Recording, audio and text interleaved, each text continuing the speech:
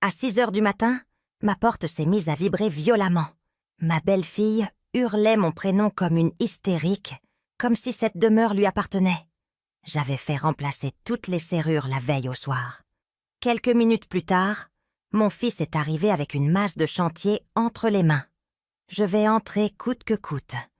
Mais au moment où il a levé le bras pour frapper, une voix derrière moi a simplement déclaré « Laissez, je m'en occupe ». La porte s'est ouverte et ce qu'ils ont aperçu de l'autre côté les a rendus livides. Les coups résonnaient comme des tambours de guerre. Chacun faisait trembler non seulement le bois de l'entrée, mais quelque chose de profond dans ma poitrine. Nathalie, ma belle-fille, criait avec cette voix stridente que je connaissais désormais bien trop. « Simone, ouvre cette porte immédiatement. Pour qui te prends-tu? Cette maison m'appartient autant qu'à toi. » Je me tenais de l'autre côté, pieds nus sur le carrelage glacé de mon salon, le cœur battant si fort que je sentais mon pouls dans les tempes. Mes mains tremblaient, non pas de peur, mais de quelque chose de pire. Une colère contenue depuis 3 mois. Une colère qui avait fermenté en silence jusqu'à se transformer en quelque chose de froid et calculé.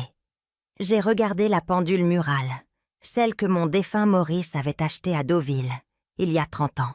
6h07. Maître Delacroix arriverait dans 25 minutes. Je devais simplement tenir bon. Maman, c'était maintenant la voix de Thierry, mon fils, mon unique enfant. Je sais que tu es là. Ouvre tout de suite. J'ai entendu un bruit différent, métallique, lourd, puis sa voix, mais avec un ton que je ne lui avais jamais connu. Je vais entrer de toute façon, avec ou sans porte. Je me suis approchée de l'œilleton. Thierry tenait une masse comme celle qu'utilisent les ouvriers du bâtiment. Ses yeux étaient injectés de sang. Nathalie, à ses côtés, avait les bras croisés et un sourire tordu aux lèvres. Un sourire de victoire, anticipé. J'ai senti mes jambes se dérober. Voilà donc comment tout cela allait se terminer. Mon fils, le bébé que j'avais allaité, celui que j'avais soigné quand il avait eu une pneumonie à 7 ans, celui que j'avais aidé à payer sa première moto. Il allait défoncer ma porte. C'est alors qu'une voix grave a résonné derrière moi. « Laissez. » Je prends les choses en main. J'ai tourné la tête. Maître Delacroix se tenait dans le couloir, avec son costume gris impeccable et une mallette en cuir à la main. Il était arrivé en avance, bien plus tôt que prévu. « Comment êtes-vous entré ?» ai-je murmuré. « Par la porte de derrière. Madame Simone, comme vous me l'aviez indiqué hier soir. » Il m'a regardé avec ses yeux calmes qui inspirèrent l'autorité. « Ouvrez-leur. Il est temps qu'ils voient ce clin, ce qu'ils ont perdu. » Ma main s'est dirigée vers le verrou. Je l'ai fait glisser lentement. J'ai tourné la poignée. La porte s'est ouverte. Et au moment où Thierry et Nathalie ont aperçu Maître Delacroix planté là, avec sa prestance imposante et son regard d'acier, la masse est tombée au sol avec un bruit sourd. Tous deux sont devenus blêmes, littéralement, comme s'ils avaient vu un fantôme, parce qu'ils savaient parfaitement qui était cet homme, et ils savaient que leur plan venait de s'effondrer. Mais avant de vous raconter comment j'en suis arrivée à changer les serrures de ma propre maison pour me protéger de mon fils, il faut que vous compreniez quelque chose. Je n'ai pas toujours été cette femme. La Simone qui a ouvert cette porte d'une main ferme n'existait pas il y a 3 mois. Il y a 3 mois, j'étais une autre personne, une sotte, une naïve, une mère qui croyait que l'amour pouvait tout. Si vous voulez savoir comment une femme de 68 ans est passée du statut de victime parfaite à celui de celle qui claque la porte au nez de sa propre famille, abonnez-vous à cette chaîne, car ce qui va suivre changera à jamais votre vision de l'amour maternel. Maître Delacroix n'a pas souri. Il n'en avait pas besoin. Sa seule présence suffisait à modifier toute l'énergie de ce seuil. Il a fait un pas en avant, se plaçant juste à mes côtés, et a parlé avec cette voix qui avait terrorisé une 50aine d'escrocs devant les tribunaux. « Bonjour Thierry, Nathalie. » Il a marqué une pause délibérée. « Je suis au regret de vous informer que vous n'avez plus aucune autorité légale pour pénétrer dans cette propriété sans le consentement explicite de la propriétaire. » Nathalie a été la première à réagir. Son visage est passé de la pâleur au rouge vif en quelques secondes. « Pour qui vous prenez-vous ? Nous habitons ici. Nous avons des droits. » Maître Delacroix a ouvert sa mallette avec un calme exaspérant, en a sorti une chemise cartonnée épaisse et en a extrait plusieurs documents. Le bruissement du papier était la seule chose qu'on entendait, outre la respiration haletante de mon fils. Je suis maître Antoine Delacroix, notaire public numéro 47 de la ville de Paris. Et ceci, il a levé les papiers. Ce sont des documents certifiant qu'à compter de 23h45 hier, 15 mars, cette propriété située rue des Lilas 328, dans le 15e arrondissement, a été transférée à un fidéicommis irrévocable au nom de Madame Simone Thérèse Moreau, veuve Renaud. Thierry a finalement trouvé sa voix. Elle sonnait brisée, désespérée. « Maman, qu'est-ce que tu as fait ? » Je l'ai regardée. Je l'ai vraiment regardée. Et à cet instant, j'ai vu l'enfant apeuré qui avait l'habitude de se cacher derrière moi quand son père le grondait. Mais j'ai aussi vu l'homme qui, 2 semaines auparavant, avait dit à son épouse que j'avais déjà assez vécu.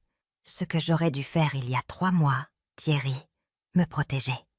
Nathalie a éclaté d'un rire hystérique. « Vous protéger ? Mais c'est nous qui prenons soin de vous, qui vous tenons compagnie. Sans nous, vous seriez seul, en train de dépérir dans cette immense maison. » Maître Delacroix l'a interrompu sans élever la voix. « Madame, je vous conseille de mesurer vos paroles. Tout ce que vous direz en ce moment pourra être utilisé contre vous si Madame Simone décide d'engager des poursuites judiciaires. » Judiciairement, Thierry a fait un pas en avant. Mais j'ai investi dans cette maison. J'ai payé la réfection du toit. J'ai mis de l'argent pour la nouvelle citerne. Cette maison est autant à moi qu'à elle. C'était là. Le mensonge qu'il entretenait depuis 3 mois, le mensonge qu'il m'avait répété tant de fois que j'avais failli le croire. Maître Delacroix a souri pour la première fois. C'était un sourire discret, presque imperceptible, mais il était bien là. Ah oui, intéressant, car selon les relevés bancaires que Madame Simone m'a fournis, le toit a été réparé en août de l'année dernière avec 87 000 € qu'elle a retirés de son compte personnel. La citerne a été installée en octobre, également payée par elle, pour un montant de 52 000 €. Voulez-vous que je poursuive ? Thierry a ouvert la bouche, l'a refermée, l'a rouverte à nouveau. Il ressemblait à un poisson hors de l'eau. Nathalie a changé de tactique. Elle a porté les mains à sa poitrine, et les larmes se sont mises à couler sur ses joues. Des larmes qu'elle avait perfectionnées au cours de ces 3 mois. Belle-mère, Simone, je ne comprends pas. Nous sommes une famille. Comment pouvez-vous nous faire ça ? Après tout ce que nous avons partagé, quelque chose s'est brisé en moi. Mais ce n'était pas mon cœur. C'était la dernière chaîne de culpabilité qui me liait à cette mascarade. La famille. Ma voix est sortie plus forte que je ne m'y attendais. Tu me parles de famille, Nathalie ? La même famille qui a vendu le service en porcelaine de mon défunt mari pour 8 000 €. La même famille qui m'a soutiré 120 000 € en mentant sur une maladie pour se payer une chirurgie du nez. Son visage s'est décomposé. Les larmes continuaient de couler. Mais c'était désormais des larmes de panique. J'étais malade. Les médecins de la clinique de chirurgie esthétique Beaumont, c'est bien ça ? Maître Delacroix a sorti un autre document. J'ai le reçu ici. Rhinoplastie esthétique, 115 000 €, payé le 18 janvier, 3 jours après que vous avez reçu l'argent de Madame Simone. Thierry s'est retourné vers sa femme avec une expression que je ne lui avais jamais vue. Confusion, colère, peur. C'est vrai ça ? Nathalie a reculé d'un pas. Tu savais que Thierry... Ne me fais pas passer pour la méchante. Je savais. La voix de mon fils est montée de 3 octaves. Je savais que tu avais volé ma mère. C'était là la fissure, la première brèche dans leur alliance parfaite. Maître Delacroix a profité du moment. Vous avez 48 heures pour quitter entièrement cette propriété. Vous pouvez emporter vos effets personnels, vêtements, appareils électroniques, dont vous pouvez prouver la propriété, et rien de plus. Tout article appartenant à Madame Simone qui serait retiré sans autorisation sera considéré comme un vol et des poursuites seront engagées. « Vous ne pouvez pas nous mettre dehors !» a hurlé Nathalie. « Nous avons des enfants, Léa et Lucas. Où allons-nous vivre ?» Pour la première fois dans la conversation, Maître Delacroix a paru sincèrement agacé.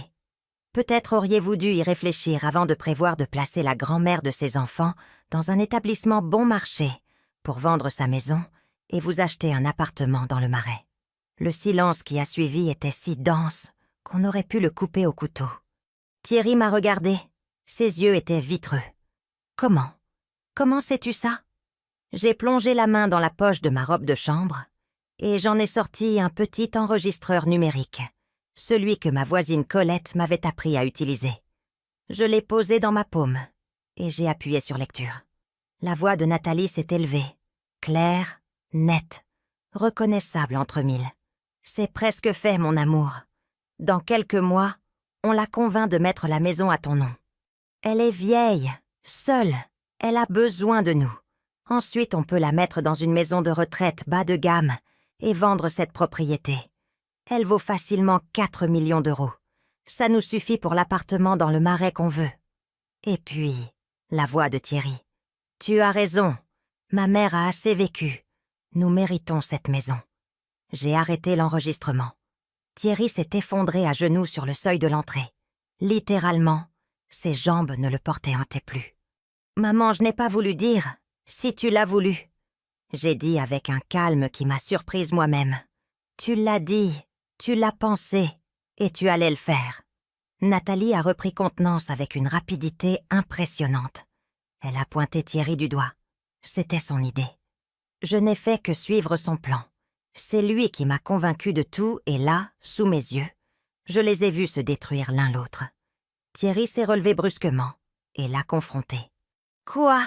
C'est toi qui as dit que ma mère était un fardeau. C'est toi qui voulais l'appartement de luxe. » Maître Delacroix a fermé sa mallette d'un claquement sec. « Messieurs, dames, vos problèmes conjugaux ne me concernent pas. Ce qui me concerne, c'est de vous informer que vous avez jusqu'au mercredi 17 mars, à 18h, pour quitter cette propriété. Si vous ne le faites pas volontairement, nous procéderons à l'expulsion légale. Bonne journée. » Il s'est retourné et est entré dans la maison. Je l'ai suivi, et avant de refermer la porte, j'ai jeté un dernier regard à Thierry. Mon fils, mon unique fils, pleurait en silence sur le seuil de la maison où je l'avais élevé, et je n'ai rien ressenti. Enfin si, c'est faux. J'ai ressenti du soulagement. J'ai fermé la porte et j'ai tiré le verrou. Maître Delacroix m'a regardé depuis le couloir. « Vous allez bien, Madame Simone ?» J'ai hoché la tête lentement. Puis je me suis assise dans le fauteuil du salon. Celui où Maurice avait l'habitude de me lire des poèmes le dimanche après-midi, et pour la première fois depuis 3 mois, j'ai respiré profondément. Mais vous devez vous demander, comment en est-on arrivé là ? Comment une mère en vient-elle à enregistrer son propre fils, préparant son bannissement ? Pour comprendre cela, je dois vous emmener 3 mois en arrière, au jour où j'ai ouvert la porte de ma maison et laissé entrer non seulement mon fils et sa famille, mais ma propre destruction. C'était un mardi, 12 décembre. Je m'en souviens parce que ce jour-là, j'étais allée tôt, au marché aux fleurs de Rungis, pour acheter des fleurs fraîches à mettre pour la Sainte-Lucie. Il venait de sonner 11 heures quand mon téléphone a retenti. « Maman !» La voix de Thierry semblait étrange, éteinte. « Mon fils, qu'est-ce qui se passe ? Tu vas bien ? J'ai besoin de te parler. Est-ce que je peux venir chez toi ? C'est urgent. » Mon cœur s'est emballé. Quand un enfant dit que quelque chose est urgent, une mère imagine le pire. Accident, maladie, mort. Bien sûr, mon chéri. Viens quand tu veux. Tu veux que je prépare quelque chose à manger ? Non, maman, j'ai juste besoin de te parler.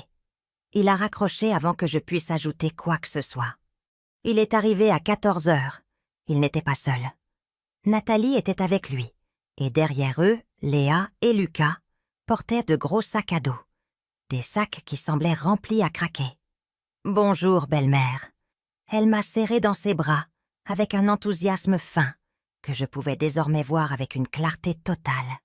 Quelle journée importante! Je suis tellement heureuse que vous preniez cette décision. C'est ce qu'il y a de mieux pour tout le monde. Oui, ma fille, ce qu'il y a de mieux pour tout le monde. Thierry est descendu avec son costume gris, le même qu'il mettait pour les mariages et les événements importants. Maman, tu as déjà déjeuné? Tu veux que je prépare quelque chose de spécial? Non, mon fils, j'ai déjà mangé quelque chose de léger. Le trac, tu sais. C'est normal d'être nerveuse, mais tu vas voir que tout va bien se passer. Il m'a pris les mains. Tu vas être dans un bel endroit, avec des gens de ton âge, avec des soins médicaux 24 heures sur 24. Et nous, on va venir te voir souvent. Je te le promets. Des mensonges. Tout n'était que mensonges. Mais maintenant, je pouvais les identifier comme s'ils avaient une étiquette lumineuse collée dessus. Je sais, mon chéri. Je vous fais confiance. À 9 heures du matin, Nathalie a commencé à s'impatienter. À quelle heure il a dit qu'il arrivait le notaire? À 10 heures. Ah, c'est encore loin. Elle s'est assise, s'est levée, a marché vers la fenêtre, a regardé son téléphone. Je suis tellement nerveuse. Nerveuse de quoi? Ai-je demandé avec une innocence parfaite. Eh bien, de tout le processus. C'est un grand pas pour vous, belle-mère. À 9h30, la sonnette a retenti. Nathalie a pratiquement bondi du canapé. Il est en avance. Tant mieux, je vais ouvrir. Mais quand elle est arrivée à la porte et a tourné la poignée, elle ne s'est pas ouverte. Belle-mère, la porte est fermée à clé. Ah oui, hier soir j'ai mis le verrou. J'arrive. Je me suis approchée lentement. J'ai regardé par l'œilleton. Ce n'était pas maître Delacroix. C'était une voisine qui vendait des gâteaux. Ce n'est pas lui. C'est Madame Dupont. Je n'ouvre pas. Non, j'ai déjà pris mon petit déjeuner. Merci. Nathalie m'a regardé bizarrement, mais n'a rien dit. À 10 heures pile, la sonnette a retenti à nouveau. Cette fois, c'était bien le notaire. Mais il était accompagné d'un homme plus jeune, avec une mallette. Et Thierry et Nathalie arrivaient aussi de l'intérieur, pratiquement en courant vers la porte. « Belle-mère, ouvrez. » Ils sont arrivés. Mais je ne bougeais pas. « Belle-mère, qu'est-ce que vous faites? Ouvrez donc. Dans un instant. » Dans un instant, ils sont en train de sonner. Thierry s'est approché et a essayé d'ouvrir. Il a tourné la poignée. Rien. Il a essayé avec sa clé. Ça n'a pas marché. « Maman, ma clé ne fonctionne pas. »« Ah, c'est vrai. J'ai oublié de vous le dire. J'ai fait changer les serrures hier soir. » Silence absolu. « Quoi ?» Nathalie m'a regardé les yeux écarquillés. « Pourquoi vous auriez changé les serrures? Pour la sécurité. À mon âge, on ne sait jamais. » La sonnette continuait de retentir, maintenant avec insistance. « Belle-mère, ouvrez la porte !» a crié Nathalie. « Ne me parle pas sur ce ton, Nathalie. Ouvrez la porte !» Thierry a essayé de se calmer. « Maman, s'il te plaît, le notaire est dehors. On va signer les papiers, tu te souviens? » Oui, je me souviens parfaitement. Et alors je n'ai pas ouvert la porte. Je les ai laissés sonner et sonner.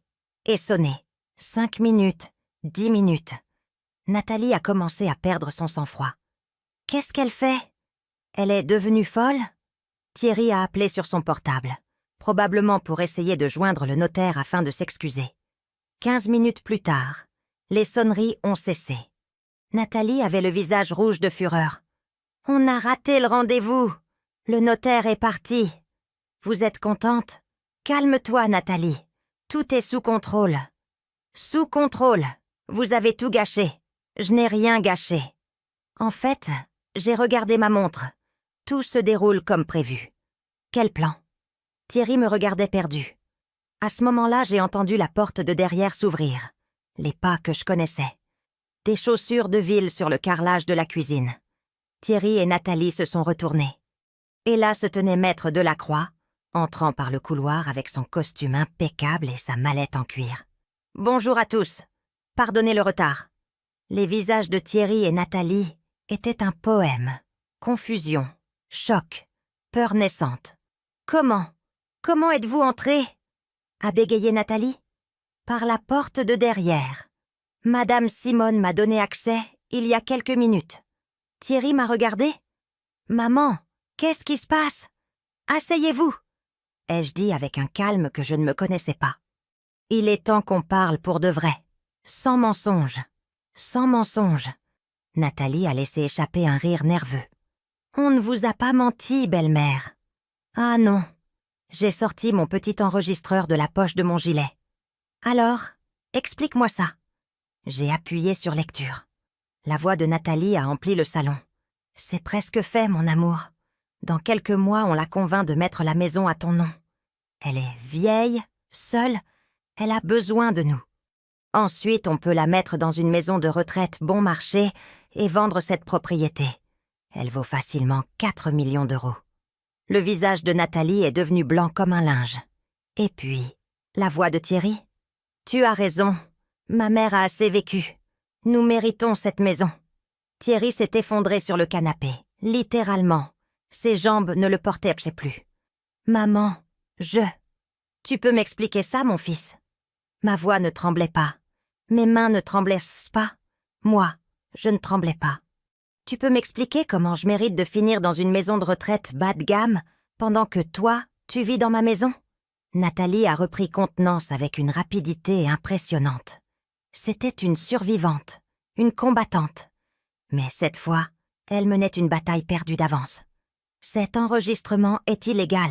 Vous ne pouvez pas l'utiliser. Maître Delacroix est intervenu d'une voix professionnelle. En fait, madame, en France, il est parfaitement légal d'enregistrer des conversations sur une propriété privée quand le propriétaire considère qu'il y a intention de fraude ou de spoliation. Et cet enregistrement est parfaitement recevable devant un tribunal. Il n'y a pas de fraude, a dit Nathalie en haussant le ton. Nous, on prend soin d'elle, on lui tient compagnie. Cette maison serait vide et triste sans nous. Vous prenez soin de moi. Ai-je ri? Un rire amer. Vendre mon service sans permission, c'est prendre soin de moi. Jeter les disques vinyles de mon défunt mari, c'est prendre soin de moi. Me soutirer 122 000 € avec une fausse maladie, c'est prendre soin de moi. Thierry s'est couvert le visage de ses mains. Maman, s'il te plaît. S'il te plaît quoi? Thierry, s'il te plaît que j'oublie que mon fils unique, l'enfant à qui j'ai tout donné, prévoyait de me jeter comme une ordure dans une maison de retraite pendant qu'il s'appropriait tout ce que ton père et moi avons construit. Les larmes se sont mises à couler sur mes joues. Mais ce n'étaient pas des larmes de faiblesse, c'étaient des larmes de libération. Pendant 3 mois, vous m'avez fait sentir que j'étais folle, que j'étais égoïste, que j'étais une vieille aigrie qui ne pouvait pas lâcher le passé. Vous m'avez fait douter de moi-même au point de croire que vous aviez raison. Nathalie a essayé de s'approcher. « Belle-mère, on peut arranger ça. Ne me touche pas. » J'ai reculé d'un pas. « Ne me touche plus jamais. Ne m'appelle plus jamais belle-mère comme si on était une famille. Parce que la famille ne détruit pas. La famille ne vole pas. La famille ne prépare pas de mettre son propre sang dans une maison de retraite bon marché pour garder sa maison. » Maître Delacroix a ouvert sa mallette. Je crois qu'il est temps de remettre les documents officiels. Il a sorti une grosse chemise et l'a tendue à Thierry, qui l'a prise d'une main tremblante. « Qu'est-ce que c'est? Lisez. Prenez votre temps. » Thierry a ouvert la chemise. Nathalie s'est approchée pour lire par-dessus son épaule. Et j'ai vu le moment exact où ils ont compris. Le moment où leur plan parfait s'est effondré. Mais ce que contenaient ces papiers, ce n'était pas seulement un coup juridique. C'était la fin d'un jeu qu'ils n'auraient pas jamais dû commencer. Et ce que j'étais sur le point de leur dire allait changer leur vie, à jamais. Thierry a lu la première page, puis la deuxième. Ses yeux bougeaient de plus en plus vite, avec une panique croissante. Nathalie lui a arraché les papiers des mains. « Ce n'est pas possible. Ce n'est pas possible que ce soit réel. C'est tout à fait réel, » a dit Maître Delacroix, avec ce calme professionnel qu'il avait perfectionné en 40 ans de carrière. Certifié par notaire public. Enregistré au service de la publicité foncière, le 10 mars de cette année. Tout à fait légal et irrévocable. Irrévocable. Nathalie a levé les yeux. Qu'est-ce que ça veut dire irrévocable? Ça veut dire que ça ne peut pas être modifié. Ai-je répondu. Ça veut dire que cette maison n'est plus à mon nom libre. Elle est protégée dans un fidéicommis que je contrôle, et vous ne pouvez pas y toucher. » Thierry a laissé tomber les papiers par terre. Son visage était passé du blanc au vert. « Maman, qu'est-ce que tu as fait ?»« Ce que j'aurais dû faire depuis le début, me protéger de vous. » Le notaire a poursuivi d'une voix ferme. La propriété située rue des Lilas 328, dans le 15e arrondissement, est placée sous fidéicommis irrévocable au nom de Madame Simone Thérèse Moreau, veuve Renaud. Elle conserve l'usufruit viager, c'est-à-dire qu'elle peut y vivre jusqu'à son décès. Les bénéficiaires du fidéicommis sont ses petits-enfants, Léa et Lucas, qui recevront le bien quand ils auront 25 ans, avec la condition expresse qu'ils ne pourront jamais le vendre. Il devra rester dans la famille. « C'est injuste !» a crié Nathalie. « Thierry est son fils. C'est lui qui devrait hériter.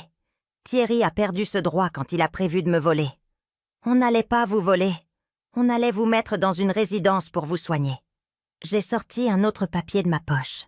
Je l'avais imprimé la veille au soir. « Tu parles de la résidence gériatrique Saint-Joseph à Cergy ? Celle qui coûte 400 € par mois et qui a des notes d'une étoile sur Internet où les plaintes parlent de nourriture avariée, de mauvais traitements et de négligence médicale. » Nathalie a ouvert la bouche, l'a refermée. Elle n'avait pas de réponse. « J'ai enquêté, Nathalie. J'ai tout enquêté. Je sais exactement dans quel genre d'endroit vous comptiez m'envoyer pendant que vous viviez dans le 16e ou le Marais. » Thierry a finalement trouvé sa voix. Elle sonnait brisée, désespérée. « Maman, s'il te plaît, on est une famille. On peut arranger ça. » J'avais juste peur pour l'argent, pour l'avenir. Nathalie me mettait la pression et moi, « Maintenant, tu rejettes la faute sur ta femme ?»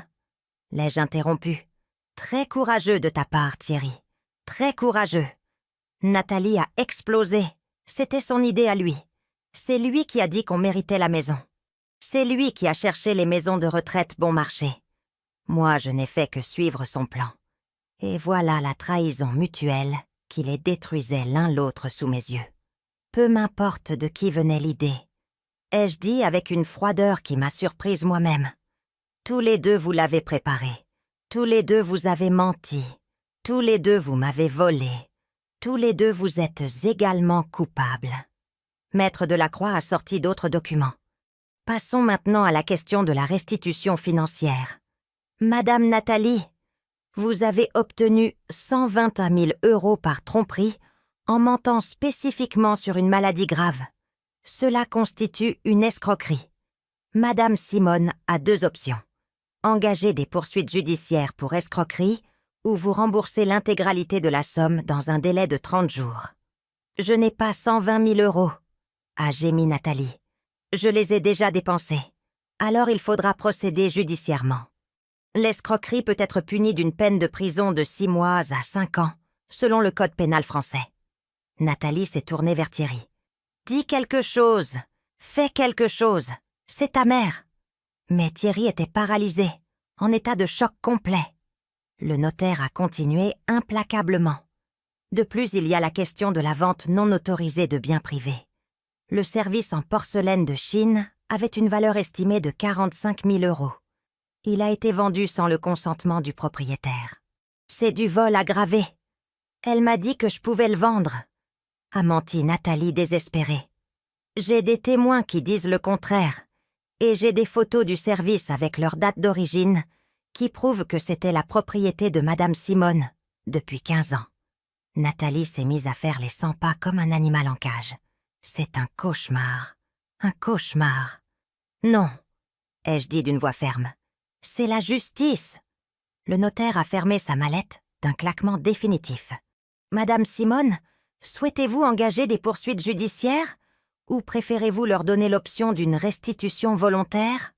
J'ai regardé Thierry, mon fils, mon unique fils, l'enfant que j'avais tenu dans mes bras, l'adolescent que j'avais consolé quand son premier amour l'avait quitté, l'homme que j'avais soutenu dans chaque décision, et j'ai vu ce qu'il était vraiment. Un lâche, un manipulateur, un voleur. Je veux qu'il s'en aille. Maman. Thierry s'est mis debout. « S'il te plaît, Ne fais pas ça. Vous avez 48 heures pour quitter cette maison. Vous pouvez emporter vos vêtements, vos appareils électroniques, vos objets personnels, rien de plus. Tout le reste ici. Et où on va vivre ? A demandé Nathalie d'une voix hystérique. On a des enfants. Vous auriez dû y penser avant de prévoir de me détruire. J'ai senti les larmes s'accumuler, mais je ne les ai pas laissées couler. Vous avez de la famille, des amis, une voiture, des emplois. Vous trouverez quelque chose. Comme vous avez trouvé le moyen de me mentir pendant 3 mois. Belle-mère, s'il vous plaît. Ne m'appelle pas comme ça. Tu n'es plus ma belle-fille. Et lui, j'ai montré Thierry. Il n'est plus mon fils. Thierry est tombé à genoux, littéralement. Il s'est agenouillé devant moi, les mains jointes. Maman, pardonne-moi, s'il te plaît. C'était une erreur. Une terrible erreur. J'étais désespérée. Nathalie me mettait la pression et moi je n'ai pas réfléchi. Je n'ai pas mesuré les conséquences, mais je t'aime. Tu es ma mère. Tu le seras toujours. Si tu m'aimais, Thierry, tu n'aurais pas prévu de me mettre dans une maison de retraite, comme si j'étais un déchet. Si tu m'aimais, tu aurais défendu la mémoire de ton père, au lieu de laisser ta femme jeter tout ce que lui et moi avions construit. Je peux changer. On peut changer. Donne-moi une chance. Je t'ai donné ta chance.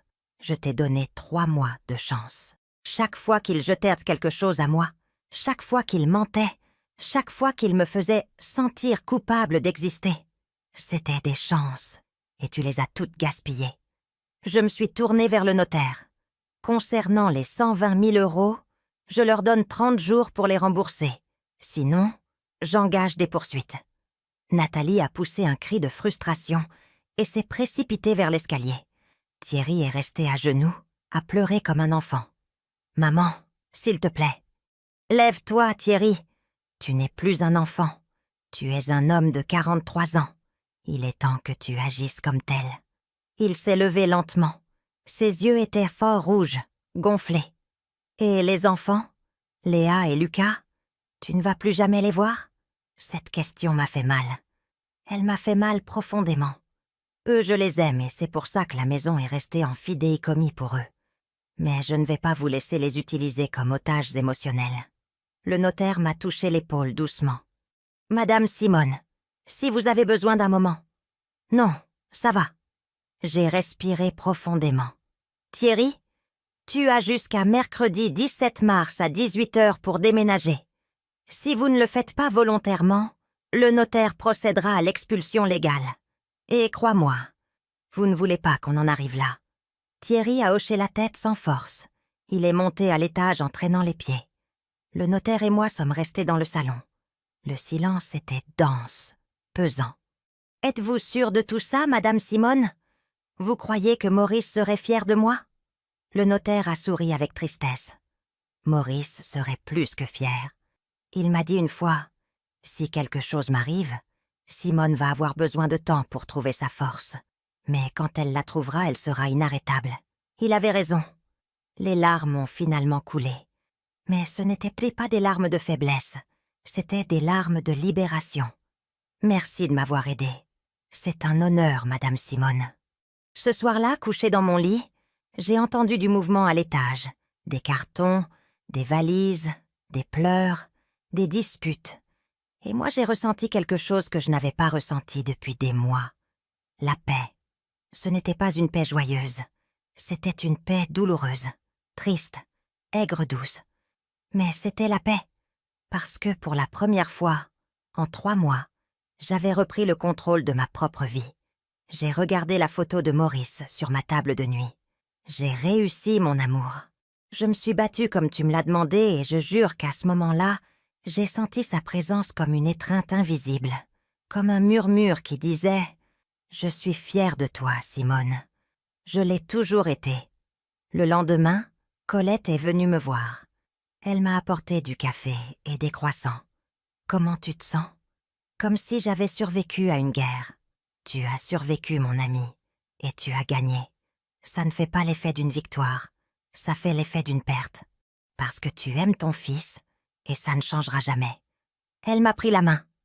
Mais parfois, aimer signifie Lâcher prise signifie poser des limites, signifie dire « je t'aime, mais je ne vais pas te laisser me détruire ».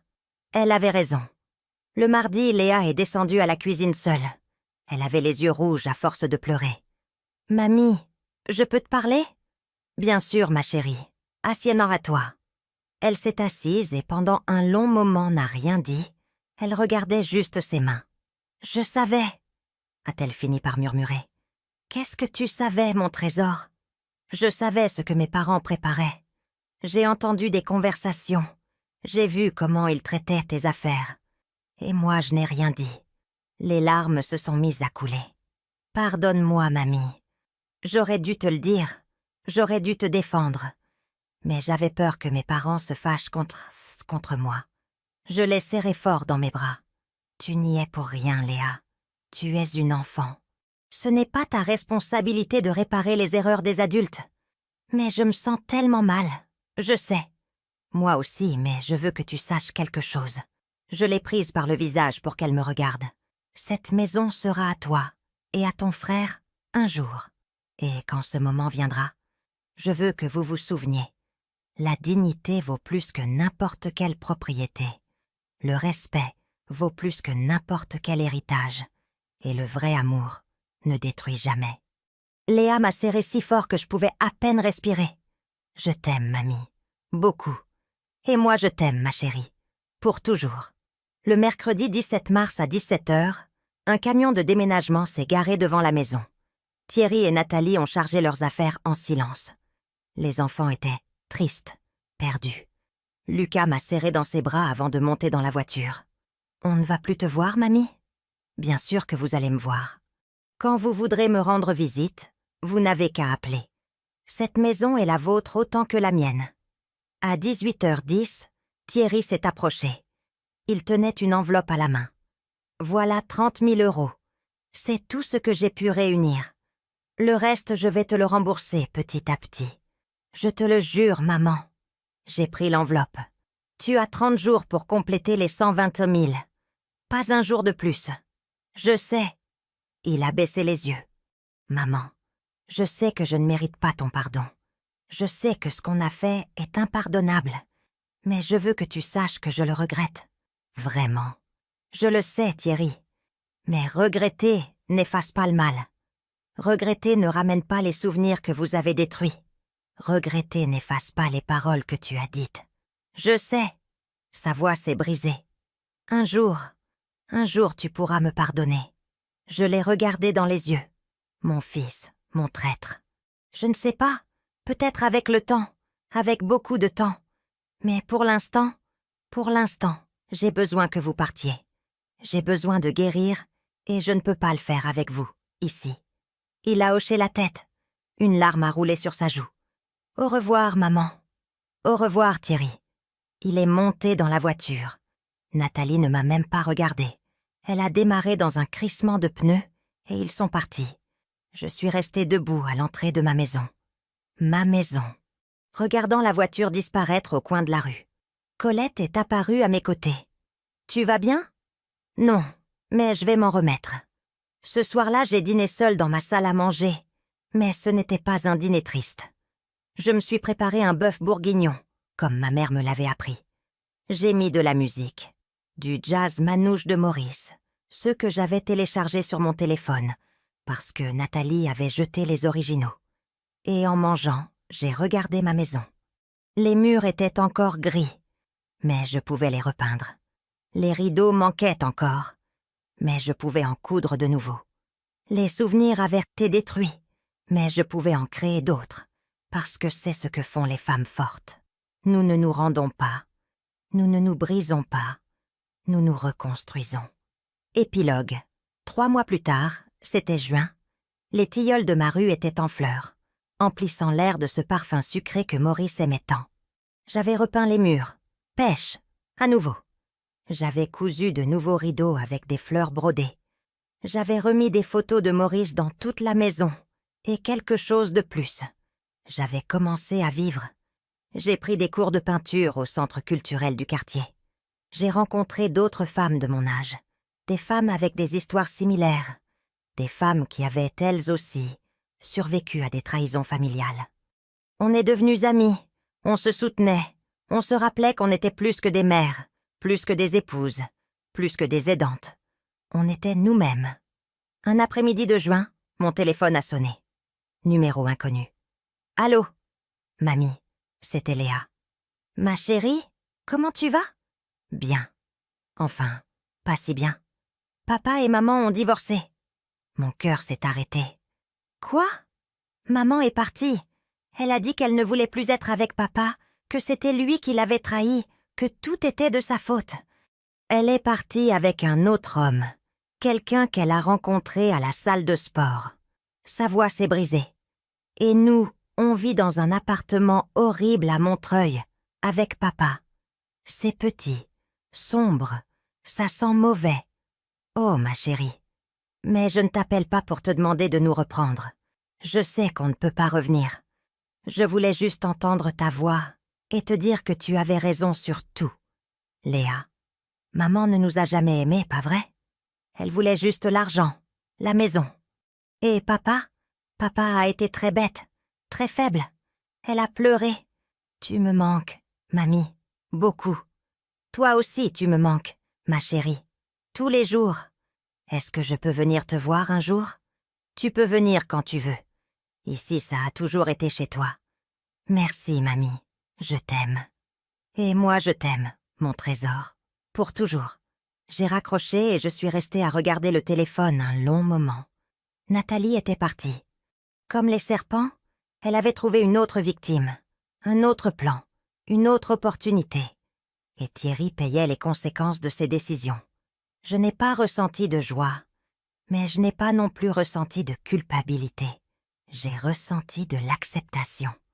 Parfois la vie nous enseigne de la façon la plus dure, et parfois les gens doivent tout perdre pour comprendre la valeur de ce qu'ils avaient.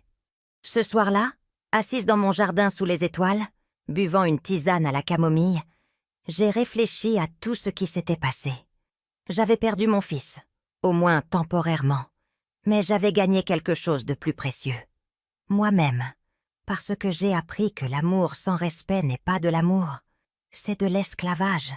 J'ai appris que la vraie famille ne te détruit pas, elle te construit. J'ai appris qu'à 68 ans, on a encore le droit de défendre sa dignité.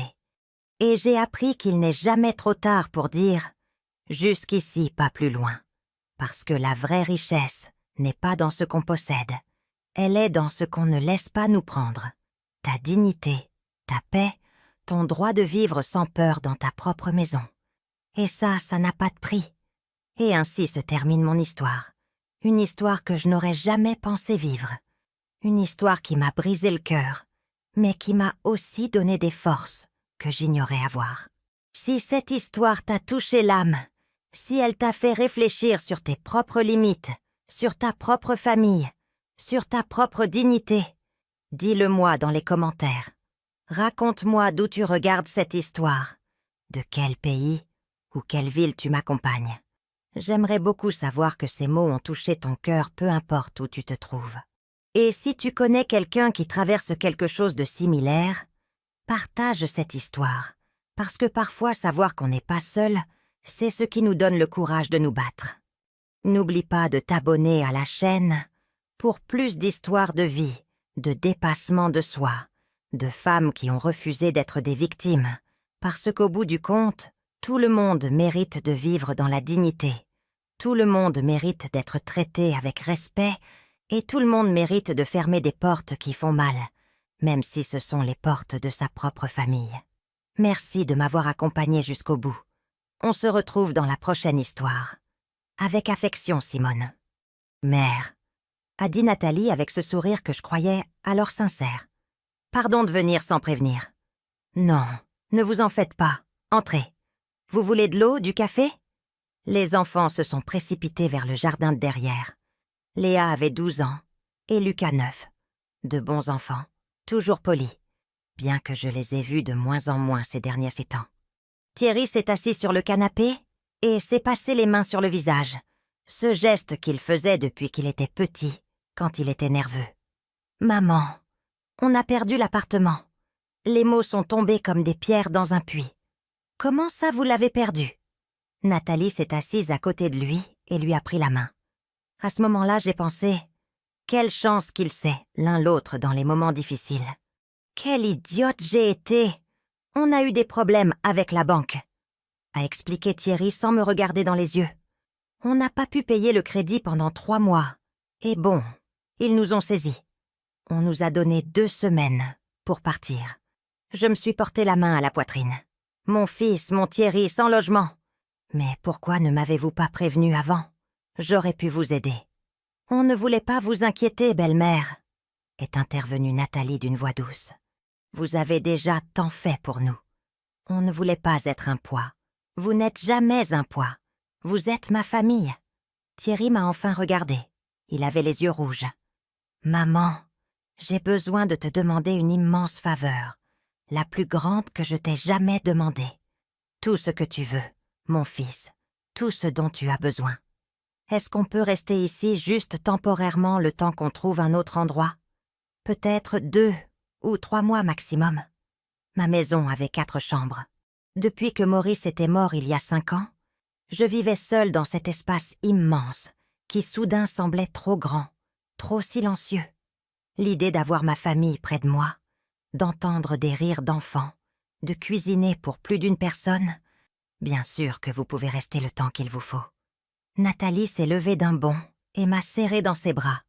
Elle sentait un parfum cher, bien trop cher pour quelqu'un qui venait de perdre son logement. « Merci, belle-mère. Vous ne savez pas ce que ça représente pour nous. » Les enfants ont crié de joie quand on leur a dit qu'ils allaient rester chez grand-mère. Lucas s'est précipité vers moi et m'a enlacé la taille. « Je peux dormir dans la chambre avec les étoiles au plafond, mamie. » C'était la chambre que Maurice avait décorée quand Thierry était petit. Il avait collé des autocollants phosphorescents. Mon petit-fils s'en souvenait des rares fois où ils étaient venus me rendre visite. Bien sûr que oui, mon trésor. Le jour même, ils ont commencé à apporter leurs affaires. Des cartons, beaucoup de cartons. Plus que ce qui pouvait tenir dans une camionnette. Thierry avait loué un petit camion. Tout ça était nécessaire? Ai-je demandé en voyant la quantité d'objets.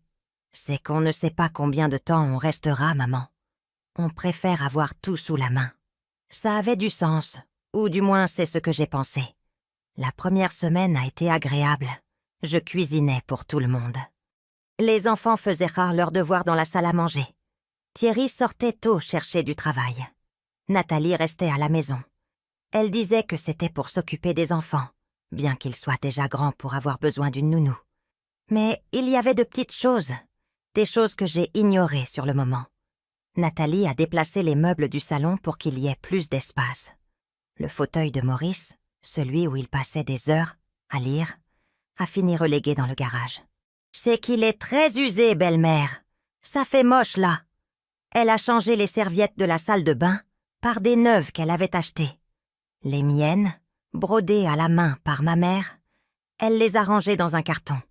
Celles-ci sont plus modernes. Il faut vous mettre à la page, belle-mère. Elle s'est mise à cuisiner elle aussi, mais pas des plats qui me plaisaient à moi, des plats différents, avec des épices que je n'avais jamais utilisées. Et quand j'essayais de préparer quelque chose de traditionnel, elle soupirait. « Oh, belle-mère, autant de gras, ce n'est bon pour personne. » Un jour, 2 semaines après leur arrivée, je suis descendue prendre mon petit déjeuner et j'ai découvert que les rideaux de la salle à manger avaient disparu. « Où sont les rideaux ?» ai-je demandé. Nathalie préparait un smoothie au mixeur. Elle ne s'est même pas retournée. Je les ai enlevés. Ils bloquaient la lumière naturelle. « Votre maison était trop sombre, belle-mère. Elle avait besoin de clarté. Ces rideaux, je les avais cousus moi-même. Il m'avait fallu 3 semaines pour les terminer. Ils avaient un motif d'oiseau brodé que ma mère m'avait appris à faire. Mais ils me plaisaient, ces rideaux. Ils étaient très vieux, belle-mère. Il était temps de changer. » Thierry est entré à ce moment-là et a embrassé Nathalie sur la joue. « Bonjour, maman. »« Tu as bien dormi ? » ?»« Mon fils, tu as vu que Nathalie a enlevé les rideaux de la salle à manger ? » ?»« Ah oui. C'est mieux comme ça, non ? Plus lumineux. Mais c'est moi qui les ai faits. Ça m'a pris beaucoup de temps. » Thierry s'est servi un café avec un sourire distrait. « Maman, ne sois pas si sentimentale. Ce ne sont que des rideaux. Nathalie a bon goût. Tu devrais lui faire davantage confiance. Je suis restée muette, debout dans la cuisine de ma maison, sentant que d'une certaine façon c'était moi qui étais de trop. Tu as raison, ai-je fini par dire. Ce ne sont que des rideaux. Nathalie m'a souri. Ce sourire que je croyais encore bienveillant. Voilà, belle-mère, c'est bien d'être souple. Le changement est bénéfique. Ce soir-là, allongée dans mon lit, j'ai contemplé le plafond, en pensant à Maurice, à ce qu'il disait toujours. « Simone, tu es trop bonne.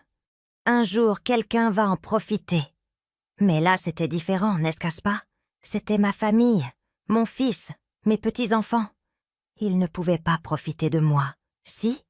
Ce que j'ignorais à ce moment-là, c'est que les rideaux n'étaient qu'un début. Nathalie n'était pas venue chez moi pour y séjourner temporairement. Elle était venue pour la faire sienne. Et chaque jour qui passait, je disparaissais un peu plus jusqu'à ce qu'il ne reste presque plus rien de moi. Le vrai changement a commencé la 3e semaine. Nathalie est entrée dans ma chambre sans frapper. J'étais en train de plier du linge quand je l'ai vue plantée sur le seuil, avec cette expression que je commençais à connaître bien trop bien. De la détermination déguisée en sollicitude. « Belle-mère, il faut qu'on parle de cette chambre. » « Ma chambre, qu'est-ce qu'elle a ?» Elle est entrée et a fait le tour en touchant les objets. La coiffeuse ancienne en acajou, le miroir au cadre doré, la photo de mon mariage sur le mur. C'est qu'elle est trop chargée, trop encombrée. Ce n'est pas sain pour vous d'avoir tout ce désordre. J'ai regardé autour de moi. Ma chambre n'était pas en désordre. Chaque chose était à sa place. Chaque objet avait une histoire. Ce n'est pas du désordre, Nathalie. C'est de la vie. Exactement. C'est bien le problème. Elle s'est assise sur mon lit comme si c'était le sien. Vous vivez dans le passé, entouré des affaires de votre mari qui n'est plus là. Ce n'est pas sain. Vous devez lâcher prise, avancer. Ces paroles m'ont fait l'effet d'une gifle. Maurice a été mon époux pendant 42 ans. Je ne vais pas laisser tomber ces souvenirs. Je ne vous demande pas de les oublier, belle-mère. Seulement de les ranger, de faire de la place pour le présent, pour nous. Le lendemain, pendant que j'étais sortie à la messe, Nathalie a réorganisé le salon. Quand je suis rentrée, les photos de Maurice qui étaient mains sur la cheminée avaient disparu. À leur place, il y avait des bougies parfumées et une plante artificielle. Où sont les photos de Maurice? Je les ai rangées dans une boîte dans votre placard, belle-mère. Comme ça, elles sont mieux protégées de la poussière. Je ne veux pas qu'elles soient protégées de la poussière. Je veux les voir. Nathalie a soupiré avec cette patience exagérée qu'on utilise avec les jeunes enfants. Belle-mère, vous ne pouvez pas transformer votre maison en sanctuaire. Votre mari repose en paix. Vous devez vivre. Je suis allée dans mon placard, j'ai trouvé la boîte. Mais il n'y avait pas toutes les photos. Il manquait ma préférée, Maurice et moi, à Biarritz, pendant notre lune de miel. Il me portait dans ses bras tandis que les vagues nous mouillaient les pieds. Nathalie, il manque une photo. Laquelle? Celle de Biarritz, celle dans le cadre argenté. Ah, celle-là. Elle est tombée et le verre s'est brisé. Je l'ai jeté. Tu l'as jeté. Le cadre était oxydé de toute façon, belle-mère. Il ne servait plus. J'ai senti quelque chose se briser dans ma poitrine. Non, pas le cadre. Moi. Ce soir-là, Thierry est rentré tard. Je l'ai attendu éveillé. Mon fils, il faut que je te parle. Maman, je suis fatiguée. Ça peut attendre demain? Non, ça doit être maintenant. Il s'est laissé tomber sur le canapé avec un soupir d'agacement. D'accord. Qu'est-ce qu'il y a? Nathalie jette les affaires de ton père. Elle a tout changé dans la maison. Et je me sens comme une étrangère chez moi. Thierry ne m'a même pas regardé dans les yeux. Il est resté les yeux rivés sur son téléphone. Maman, Nathalie essaie juste d'aider. Cette maison était très négligée, très désuète. C'est ma maison, Thierry. Et elle me plaisait comme elle était. Peut-être que tu avais besoin que quelqu'un te montre qu'il y a d'autres façons de vivre. Il a finalement levé les yeux. Tu sais quel est ton problème, maman? Tu t'accroches trop au passé. Papa est mort, il y a 5 ans. Il est temps que tu passes à autre chose. Ces paroles m'ont transpercé comme des poignards. Passer à autre chose signifie oublier ton père. Ça signifie arrêter de vivre dans un musée. Il s'est levé. Nathalie essaie de moderniser les choses. Tu devrais être reconnaissante que quelqu'un se soucie de toi. Et il est allé se coucher. Je suis restée assise dans l'obscurité du salon, avec les bougies parfumées de Nathalie, embaumant l'air d'une odeur qui n'était pas celle de ma maison. Et pour la première fois depuis qu'ils avaient emménagé, j'ai pleuré. Mais le pire n'était pas encore arrivé. Une semaine plus tard, Nathalie est entrée dans la cuisine avec un immense sourire. « Belle-mère, j'ai une nouvelle formidable. J'ai engagé une entreprise de nettoyage en profondeur. Ils viennent demain tout rendre impeccable. Une entreprise de nettoyage. Mais c'est moi qui nettoie la maison. Oh, belle-mère, avec tout le respect que je vous dois. Vous nettoyez à l'ancienne. On a besoin d'une désinfection professionnelle. Ne vous inquiétez pas, c'est moi qui paie. » Le lendemain, 3 personnes sont arrivées en uniforme avec des produits de nettoyage industriel. Nathalie les dirigeait comme un général en campagne. « Ces meubles du garage, emportez-les à la déchetterie. Ces cartons là-bas aussi. Et cette vieille vitrine, s'il vous plaît, sortez-la. Attendez. » Je me suis précipitée vers eux. Cette vitrine était à ma grand-mère. « Tu ne peux pas l'acheter. Elle est pleine de mythes, belle-mère. C'est un nid à bestioles. Ça m'est égal, elle vient de ma famille. » Nathalie a fait un geste d'exaspération. « D'accord, on la laisse, mais au moins, laissez-les emporter toutes ces vieilleries du garage. » Je n'ai pas fait attention à ce qu'exactement ils ont sorti du garage. Erreur fatale. 2 jours plus tard, j'ai cherché la collection de disques vinyles de Maurice. Les disques de jazz manouche qu'il avait collectionnés pendant 30 ans. Ceux qu'on mettait le dimanche après-midi pendant qu'il me serrait dans ses bras dans la cuisine et me chantait à l'oreille. Il n'était maintenant plus là. « Nathalie, où sont les disques de Maurice ?»« Les disques. Oh, belle-mère, ceux-là, les gens du nettoyage les ont jetés. Ils étaient rayés. Certains ne pouvaient même plus s'écouter. Ils les ont jetés. Oui, mais ne vous inquiétez pas, maintenant il y a Spotify. Vous pouvez écouter n'importe quelle chanson que vous voulez. » Je me suis assise par terre dans le garage. Juste là, là où autrefois se trouvait le fauteuil de Maurice. Là où autrefois se trouvaient ses disques, ses souvenirs, notre vie. Et j'ai pleuré comme je n'avais pas pleuré depuis ses funérailles. Nathalie est apparue à la porte. « Oh, belle-mère, ne soyez pas si mélodramatique. Ce ne sont que des choses, des objets. Mais ce n'étaient pas que des objets. C'étaient des morceaux de ma vie. Des morceaux de Maurice, des morceaux de moi. » Et elle les jetait à la poubelle, un par un. Ce soir-là, j'ai raconté à Colette, ma voisine de toujours. Elle avait 72 ans et était veuve comme moi. On s'est assise dans son jardin avec du café au lait. « Simone, cette femme est en train de t'effacer, » a-t-elle dit avec sa franchise caractéristique. « Elle efface ton histoire pour écrire la sienne. Mais c'est ma belle-fille, l'épouse de mon fils. Et c'est précisément ce qui la rend plus dangereuse, parce qu'elle vient avec l'étiquette de famille. Et toi, par respect pour ton fils, tu supportes ce que tu ne supporterais pas d'une étrangère. » Ces paroles m'ont trotté dans la tête toute la nuit. Le lendemain, Nathalie a repeint le salon sans prévenir, sans demander. Quand je suis rentrée du marché, les murs qui avaient été pêches pendant 20 ans étaient maintenant gris foncé. « Ça vous plaît ?»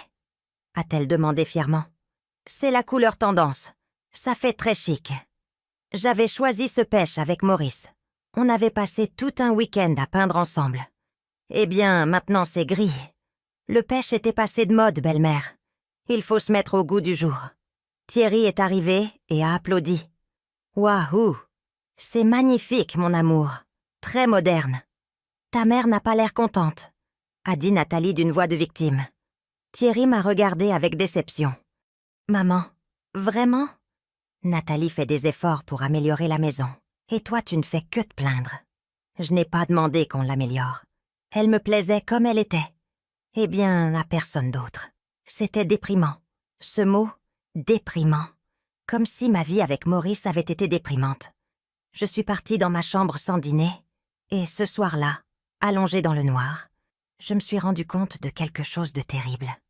Je ne reconnaissais plus ma propre maison. Les murs, les meubles, les odeurs, tout était différent. Tout était à Nathalie, et moi j'étais en train de devenir la locataire de mon propre foyer. Mais si vous pensiez que perdre mes souvenirs était le pire que Nathalie m'ait fait, vous vous trompez. Parce que ce qui est venu ensuite, ce n'était pas seulement me voler des objets, c'était me voler quelque chose de bien plus précieux. Et quand je l'ai découvert, j'ai compris que ma belle-fille n'était pas seulement manipulatrice, c'était une voleuse. Et mon fils, mon propre fils, le savait. C'était un jeudi après-midi, 18 janvier. Je me souviens de la date exacte parce que c'était ce qui aurait été le 43e anniversaire de Maurice, s'il avait encore été en vie. Je mettais toujours des fleurs fraîches devant sa photo ce jour-là. Mais sa photo n'était plus dans le salon. Elle était rangée dans une boîte, dans mon placard. Je suis descendue à la cuisine, me préparer une tisane. J'avais besoin de quelque chose pour me calmer. Ces derniers jours, j'avais mal dormi.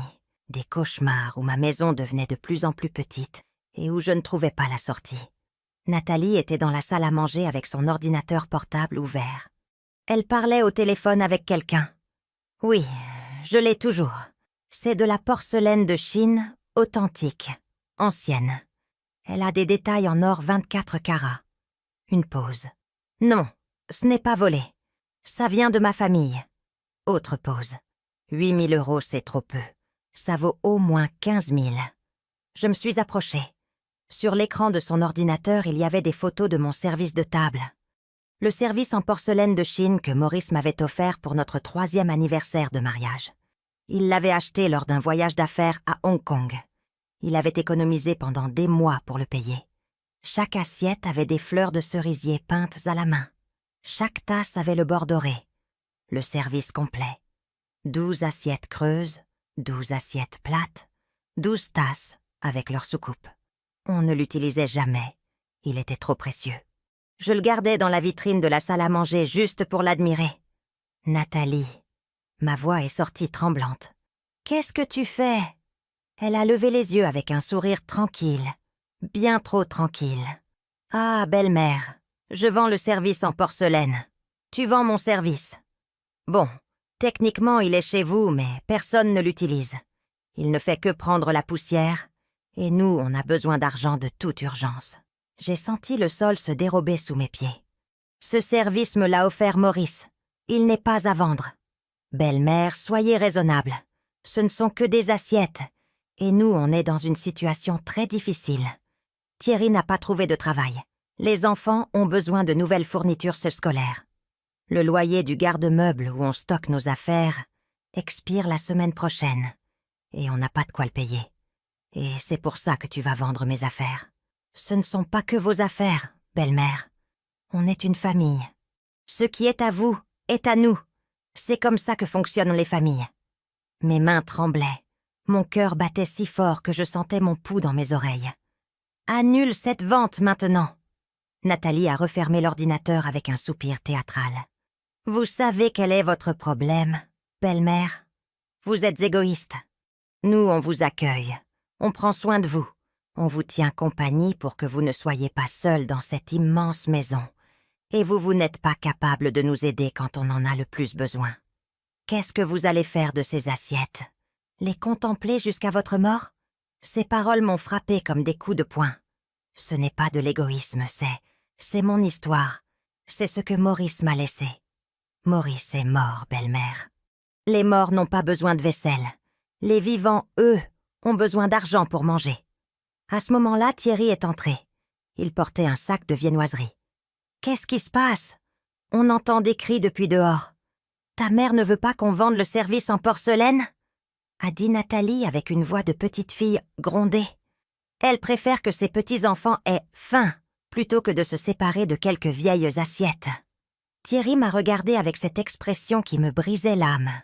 Déception, lassitude, agacement. « Maman, tu vas vraiment faire un drame pour des assiettes? Ce ne sont pas que des assiettes. C'est le cadeau d'anniversaire que m'a fait ton père. Et je suis sûre que papa préférerait que ses petits-enfants mangent, plutôt que d'avoir des assiettes rangées que personne n'utilise. » Il s'est approché de Nathalie et lui a posé une main sur l'épaule. « Vends le service, mon amour. Maman va comprendre. Je ne vais pas comprendre. Vous n'avez pas le droit. Nathalie s'est levée les larmes aux yeux. Des larmes parfaites qui roulaient juste au milieu de ses joues, sans abîmer son maquillage. Vous savez quoi, belle-mère? Vous avez raison. On n'a droit à rien. On n'est qu'un poids pour vous. Thierry, tu as entendu ta mère. On n'est pas les bienvenus ici. On ferait mieux de faire nos valises et de partir dans la rue. Tant pis si les enfants dorment dans un foyer. Au moins la vaisselle de la belle-mère sera en sécurité. Mon amour, ne dis pas ça. Thierry l'a prise dans ses bras et m'a regardé durement. Maman, tu vois ce que tu fais? Tu vois comme tu lui fais du mal? Je n'en revenais pas. D'une certaine façon, c'était moi la méchante de l'histoire. Thierry, ce service a énormément de valeur pour moi. Eh bien, pour nous, il vaut pouvoir manger, a hurlé mon fils. Il ne m'avait jamais crié dessus comme ça. Mais ne t'inquiète pas, maman. On ne va pas toucher à ta précieuse vaisselle. On ne va toucher à rien. En fait, on ferait mieux de partir pour que tu puisses vivre seule, avec tes souvenirs et tes affaires, sans que personne te dérange. Il a commencé à marcher vers l'escalier. Nathalie l'a suivi en sanglotant. Les enfants sont apparus dans le couloir, le visage effrayé. « Qu'est-ce qui se passe, papa ?» a demandé Lucas d'une petite voix. « Rien, mon fils. On va faire les bagages. Ta grand-mère veut qu'on s'en aille. »« Je n'ai pas dit ça !» ai-je crié. Mais personne ne m'a entendu. 2 heures ont passé. 2 heures pendant lesquelles j'ai entendu du mouvement à l'étage, des cartons qu'on traînait, des portes qui claquaient, les pleurs discrets de Léa. Et moi, assise dans la cuisine, les mains tremblantes sur la table, me demandant comment j'en étais arrivée là. Finalement, Thierry est descendu, seul. Nathalie est en haut, en train de faire les valises. Les enfants sont perdus et terrifiés. J'espère que tu es fier de toi. Thierry, je t'ai seulement demandé de ne pas vendre le service de ton père. Et qu'est-ce que tu voulais qu'on fasse, maman? Qu'on mendie dans la rue? Qu'on arrête de manger? Il s'est assis face à moi, les yeux vitreux. Je croyais que tu étais différente. Je croyais que tu comprendrais. Mais il s'avère que tu es comme toutes ces vieilles égoïstes qui ne pensent qu'à leurs affaires et pas à leur famille. Ces mots, vieilles égoïstes. Mon propre fils. D'accord, ai-je murmuré. Qu'elle vende le service. Quoi? Qu'elle le vende? Si c'est ce dont vous avez besoin, qu'elle le vende. Thierry a cligné des yeux surpris. Puis son visage s'est adouci et il m'a pris les mains.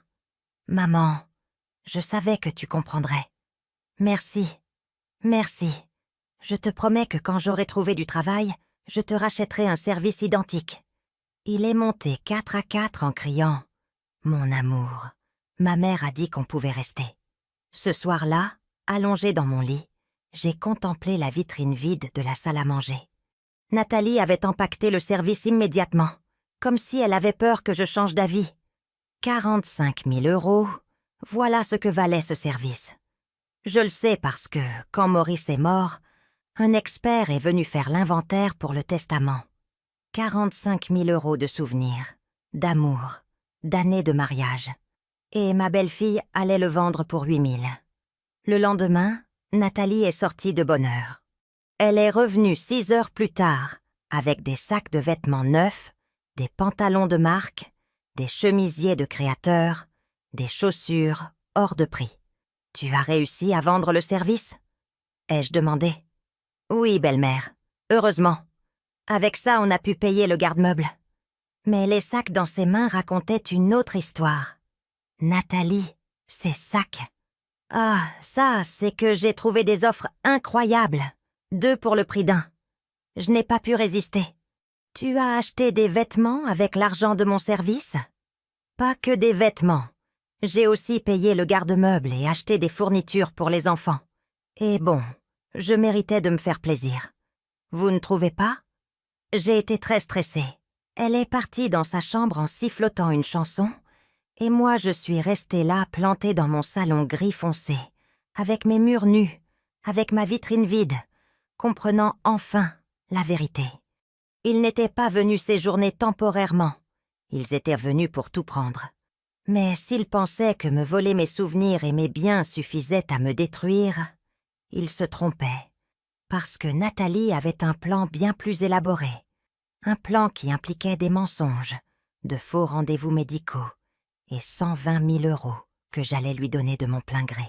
Parce que quand un serpent a identifié sa proie, il ne s'arrête pas tant qu'il ne l'a pas entièrement dévorée. 2 semaines après l'incident du service, Nathalie a commencé à se comporter bizarrement, plus bizarrement que d'habitude. Elle se levait tard. Elle déambulait dans la maison, une main sur le front, poussant de profonds soupirs. Elle laissait ses repas à moitié entamés, en disant qu'elle n'avait pas d'appétit. Et chaque fois que quelqu'un lui demandait ce qu'elle avait, elle répondait par un dramatique « Rien, rien, ça va aller ». Mais elle le disait de cette façon qui crie « Demandez-moi encore, s'il vous plaît, demandez-moi encore ». C'est Léa qui a finalement mordu à l'hameçon. « Maman, tu es malade ?» Nathalie a porté la main à sa poitrine et ses yeux se sont emplis de larmes. « Je ne veux pas vous inquiéter, ma chérie. J'ai juste des symptômes bizarres. Mais ce n'est rien de grave. Sûrement. » Thierry s'est levé de table alarmé. Quel genre de symptômes? Des vertiges, des nausées. Et bon, j'ai des petits saignements. Elle a baissé la voix comme si c'était un terrible secret. D'endroits où je ne devrais pas. Mon cœur a fait un bond. Malgré tout, je ne souhaitais de mal à personne, encore moins une maladie grave. « Nathalie, tu dois aller voir un médecin !» ai-je dit immédiatement. « Je ne peux pas, belle-mère. On n'a plus de mutuelle maintenant qu'on n'a plus d'emploi. Et une consultation privée avec un spécialiste, ça coûte une fortune. Peu importe ce que ça coûte, ta santé est plus importante. » Nathalie m'a regardée avec ses grands yeux brillants, comme si j'étais sa sauveuse. « Vraiment, belle-mère, vous nous aideriez pour ça? Bien sûr, demain on prend rendez-vous. » Ce soir-là, j'ai entendu Thierry et Nathalie parler dans leur chambre. Leur voix parvenait par la porte entr'ouverte. « Je t'avais dit que ça marcherait, » a murmuré Nathalie. « Ta mère a un cœur d'artichaut. Il suffit de lui faire un peu peur. » Je n'ai pas pu entendre la réponse de Thierry, mais je n'ai pas voulu y croire non plus. J'avais sûrement mal compris. Le lendemain, Nathalie m'a montré le nom d'une clinique. Centre médical spécialisé Sainte-Marguerite. Ça sonnait prestigieux, coûteux. Le docteur Masson est le meilleur oncologue de la ville, a-t-elle dit d'une voix tremblante. Mais ces consultations coûtent 3 500 €. D'accord, c'est moi qui paie. Je l'ai accompagnée au rendez-vous, mais en arrivant, elle m'a demandé d'attendre dehors. Belle-mère, c'est que ce sont des examens très intimes. Ça me gêne que vous soyez là. Ça ne vous ennuie pas d'attendre dans la salle d'attente? Bien sûr que non, ma fille. Vas-y, tranquille. J'ai attendu 2 heures. 2 heures à feuilleter de vieux magazines, dans une salle d'attente impeccable au sol de marbre et aux plantes d'ornement luxueuses. Quand elle est sortie, elle avait les yeux rouges, à force de pleurer. « Qu'a dit le médecin ?» ai-je demandé en me levant d'un bond. J'ai besoin d'examens, plein d'examens, IRM, scanner, analyse de sang spécialisée. Sa voix s'est brisée. Et une biopsie. Mon Dieu, ils ne savent pas encore, c'est pour ça qu'il faut les examens. Mais le médecin a dit que plus vite on les fait, mieux c'est. Elle m'a pris les mains. Belle-mère, je sais que c'est beaucoup demandé. Je sais qu'on a déjà abusé de votre générosité, mais j'ai peur, très peur. Combien coûtent les examens? 120 000 €. Elle a dit le chiffre comme si c'était une sentence de mort. C'est énormément d'argent, beaucoup trop. On n'a pas de quoi le payer. Peut-être que je peux attendre quelques mois le temps que Thierry trouve du travail. Tu ne peux pas attendre si c'est quelque chose de grave. Allons à la banque tout de suite. Nathalie m'a serré si fort que je pouvais à peine respirer. Merci, belle-mère. Merci. Vous ne savez pas ce que ça représente pour moi, pour mes enfants. On est allé à la banque le jour même.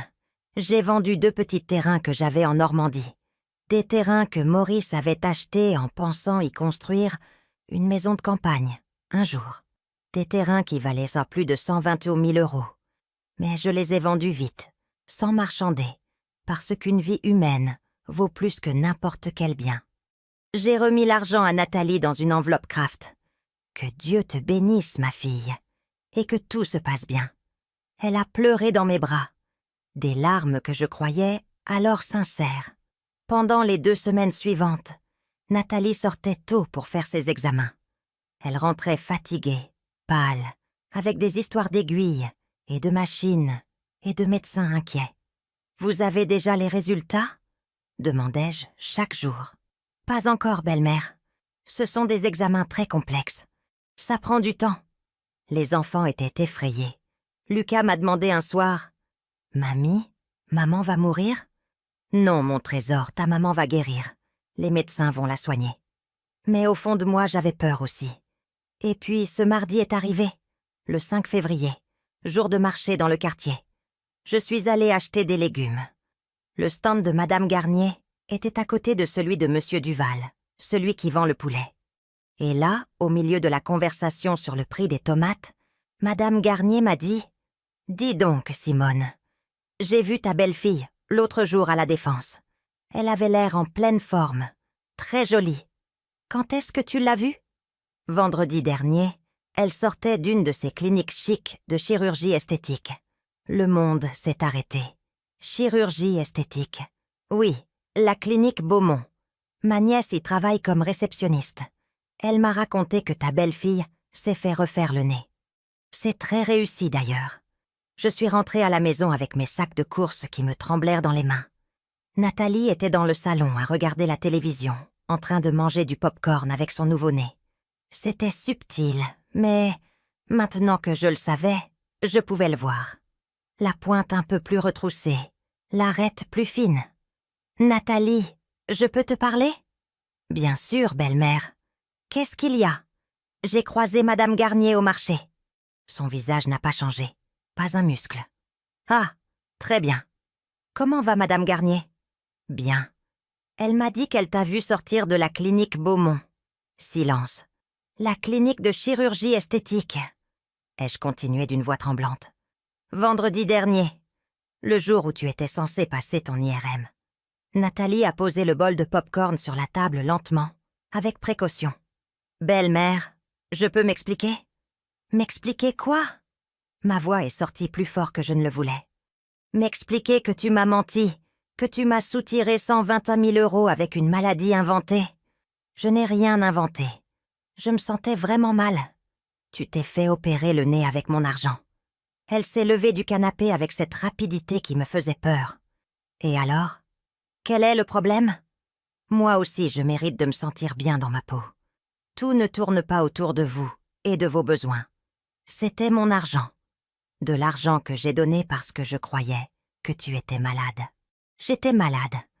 Malade d'insécurité, malade de manque d'estime de soi. Elle s'est touché le nez avec fierté. Cette chirurgie m'a sauvé la vie autant que n'importe quel traitement contre le cancer. Je n'en revenais pas. Je n'en revenais pas d'un tel culot. Je veux qu'on me rembourse. Nathalie a éclaté d'un rire froid qui m'a glacé le sang. Votre argent, belle-mère, vous me l'avez donné. C'était un cadeau. On ne reprend pas les cadeaux. Ce n'était pas un cadeau. C'était pour ton traitement médical. Et je l'ai utilisé pour un traitement médical. Chirurgie reconstructive. C'est pareil. À ce moment-là, Thierry est entré. Il portait l'uniforme d'un restaurant. Il avait finalement trouvé un travail de serveur. « Qu'est-ce qui se passe ici ?» On entend des cris depuis la rue. « Ta mère me harcèle !» a dit Nathalie avec une voix de victime parfaite.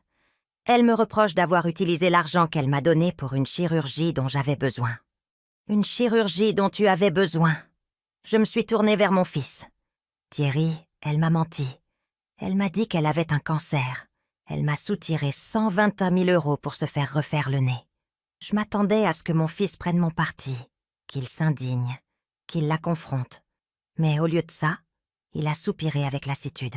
« Maman, on savait que Nathalie allait se faire opérer le nez. Le sol a disparu sous mes pieds. Quoi ? Ça la complexait beaucoup. Ça faisait des années qu'elle voulait le faire corriger. C'est moi qui lui ai dit de profiter du fait que tu proposais l'argent. Je n'ai pas proposé d'argent pour une chirurgie esthétique. J'ai proposé de l'argent parce que je croyais qu'elle était malade. » Thierry s'est approché et m'a parlé comme si j'étais une petite fille.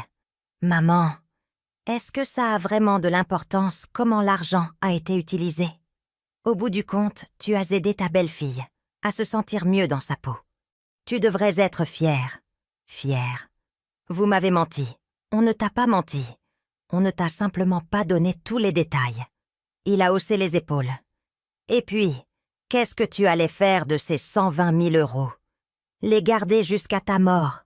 Au moins maintenant, ils ont servi à quelque chose d'utile. Nathalie a croisé les bras avec un sourire satisfait. À votre place, je ne ferai pas autant d'histoires, belle-mère. À moins que vous vouliez qu'on s'en aille. Parce que si on continue à se disputer comme ça va être impossible de cohabiter sous le même toit. C'était une menace déguisée en préoccupation. Mais une menace tout de même. Et le pire, c'est qu'elle a fonctionné. Parce que l'idée de me retrouver seule, à nouveau, de retourner au silence de cette maison vide, me terrifiait plus que de perdre de l'argent. D'accord, ai-je murmuré. Oublions ça. À la bonne heure, maman. Thierry m'a tapé sur l'épaule. Demain, tout ira mieux. Tu verras. Cette nuit-là, je n'ai pas dormi. Je suis restée éveillée à fixer le plafond, sentant chaque morceau de moi s'effriter. Mon service, mes souvenirs, mon argent, ma dignité. Qu'est-ce qui restait, et plus important encore, jusqu'où allais-je aller avant de disparaître complètement? Mais ce que j'ignorais, c'est que Nathalie et Thierry n'allaient pas se contenter de 120 000 €, ni de mes biens, ni de ma maison rénovée à leur goût. Non, ils voulaient tout, et j'étais sur le point de découvrir exactement jusqu'où ils étaient prêts à aller pour l'obtenir. Parce qu'une nuit, je suis descendue boire un verre d'eau, et j'ai entendu une conversation qui allait changer ma vie à jamais. C'était le 22 février, 2h37 du matin. Je le sais parce que j'ai regardé l'heure avant de me lever. J'avais la gorge sèche, ce genre de sécheresse qui vous réveille et ne vous laisse pas vous rendormir tant que vous n'avez pas bu. J'ai enfilé ma robe de chambre et je suis descendue doucement. Les marches en bois craquent la nuit et je ne voulais réveiller personne. La maison était dans l'obscurité, sauf pour la lumière de la lune qui entrait par la fenêtre du couloir. J'étais à mi-chemin de la cuisine quand j'ai entendu des voix. Elles venaient du jardin de derrière. Des voix qui chuchotaient. Thierry et Nathalie. Quelque chose dans mon instinct m'a dit de ne pas allumer la lumière, de ne pas faire de bruit. Je suis restée paralysée près de la porte de la cuisine, qui donne sur le jardin, cachée dans l'ombre. Et si ça ne marche pas? C'était la voix de Thierry. Elle avait l'air nerveuse. Et si elle refuse? Elle ne va pas refuser. La voix de Nathalie était froide, calculatrice. Rien à voir avec le ton doucereux qu'elle utilisait avec moi. C'est presque fait, mon amour. Il nous faut juste quelques mois de plus. Quelques mois de plus pour quoi? Pour l'attendrir, pour lui faire sentir qu'elle a besoin de nous, qu'elle est devenue vieille, qu'elle ne peut plus se débrouiller seule. J'ai entendu le bruit d'une cigarette qu'on allume. Nathalie fumait en cachette. Elle croyait que je ne le savais pas. Dans 3 mois maximum, a-t-elle poursuivi. On la convainc de mettre la maison à ton nom pour sa propre sécurité. Tu comprends? On lui dit que s'il lui arrive quelque chose, si elle tombe malade, ça va être un casse-tête juridique terrible, que c'est mieux d'avoir tout en ordre. Mon cœur s'est mis à battre si fort que j'ai eu peur qu'il l'entende. « Et si elle se doute de quelque chose ?» a demandé Thierry. « Elle ne se doutera de rien. Elle est seule. Elle n'a que nous. » Et en plus, Nathalie a laissé échapper un petit rire. On lui a déjà montré qui commande ici. On a acheté ses affaires. On a refait sa maison. On lui a soutiré de l'argent. Et elle n'a rien fait. Absolument rien. Elle est faible, Thierry. Et les faibles perdent toujours. J'ai senti mes jambes trembler. Je me suis appuyée contre le mur pour ne pas tomber. Et après, quoi? La voix de mon fils semblait hésitante. Après qu'elle ait signé. Après, Nathalie a expiré la fumée. Après, on la convainc qu'elle serait mieux dans une résidence, une maison de retraite. Il y en a des pas chers dans la banlieue, genre 400 € par mois. Ce n'est rien comparé à ce que vaut cette propriété. Une maison de retraite. Mais maman, ta mère a déjà vécu, Thierry. Elle a eu son temps. Elle a eu son mariage heureux avec ton père. Elle a élevé son fils. Et nous, on va vivre toute notre vie entassés dans des petits appartements, à payer des loyers éternels, pendant qu'elle vit seule dans cette immense maison. Mais c'est ma mère. Et c'est justement pour ça qu'on ne va pas la laisser à la rue. On va lui payer une maison de retraite. Elle sera bien soignée. Elle aura à manger, un toit, des infirmières. Sa voix est devenue plus dure. Thierry, cette maison vaut au moins 4 millions d'euros. 4 millions. Tu sais ce qu'on peut faire avec cet argent? Il y a eu un silence. Un long silence pesant. On pourrait acheter l'appartement dans le Marais qu'on a visité, a dit Thierry finalement. Sa voix n'était plus hésitante. Elle était enthousiaste. Celui de 3 chambres avec vue sur le parc. Exactement. Et il nous resterait encore de quoi monter un commerce ou investir ou faire ce qu'on veut. Nathalie a jeté sa cigarette et l'a écrasée du pied. Ta mère n'a plus besoin de cet espace. Nous si. On a des enfants. On a de l'avenir. Elle n'a que du passé. Et si elle dit non, si elle ne veut pas signer? Nathalie a ri. Un rire qui m'a glacée jusqu'aux os. Elle ne dira pas non, parce que d'ici à mai, elle sera tellement usée, tellement épuisée, tellement seule émotionnellement, qu'elle signera n'importe quoi, pourvu qu'on ne l'abandonne pas. Fais-moi confiance. Je sais comment fonctionnent ces vieilles. Ma grand-mère était pareille. Il suffit de leur briser l'esprit petit à petit. Et quand elles n'ont plus la force de se battre, elles sont à toi. Tu as raison. La voix de Thierry sonnait maintenant, convaincue. Ma mère a assez vécu. Nous méritons cette maison. Ces mots. Ma mère a assez vécu. Nous méritons cette maison. Sortant de la bouche de mon fils, mon unique fils, le bébé que j'avais porté pendant 9 mois, l'enfant que j'avais allaité, l'adolescent que j'avais aidé pour ses devoirs jusqu'à minuit, le jeune homme que j'avais soutenu quand personne d'autre ne croyait en lui, mon fils qui préparait de me voler tout ce que j'avais et de me mettre dans une maison de retraite bas de gamme. J'ai senti quelque chose se briser dans ma poitrine. Mais ce n'était pas mon cœur. C'était quelque chose de plus profond. C'était la dernière illusion que ma famille m'aimait. « On va se coucher », a dit Nathalie. « Demain, je dois continuer à jouer la comédie de la belle-fille parfaite. Ça me demande un effort de faire semblant qu'elle me plaît. » Ils ont ri tous les deux ensemble, complices. J'ai entendu leurs pas s'approcher de la porte. Je me suis déplacée vite, remontant l'escalier le plus silencieusement possible.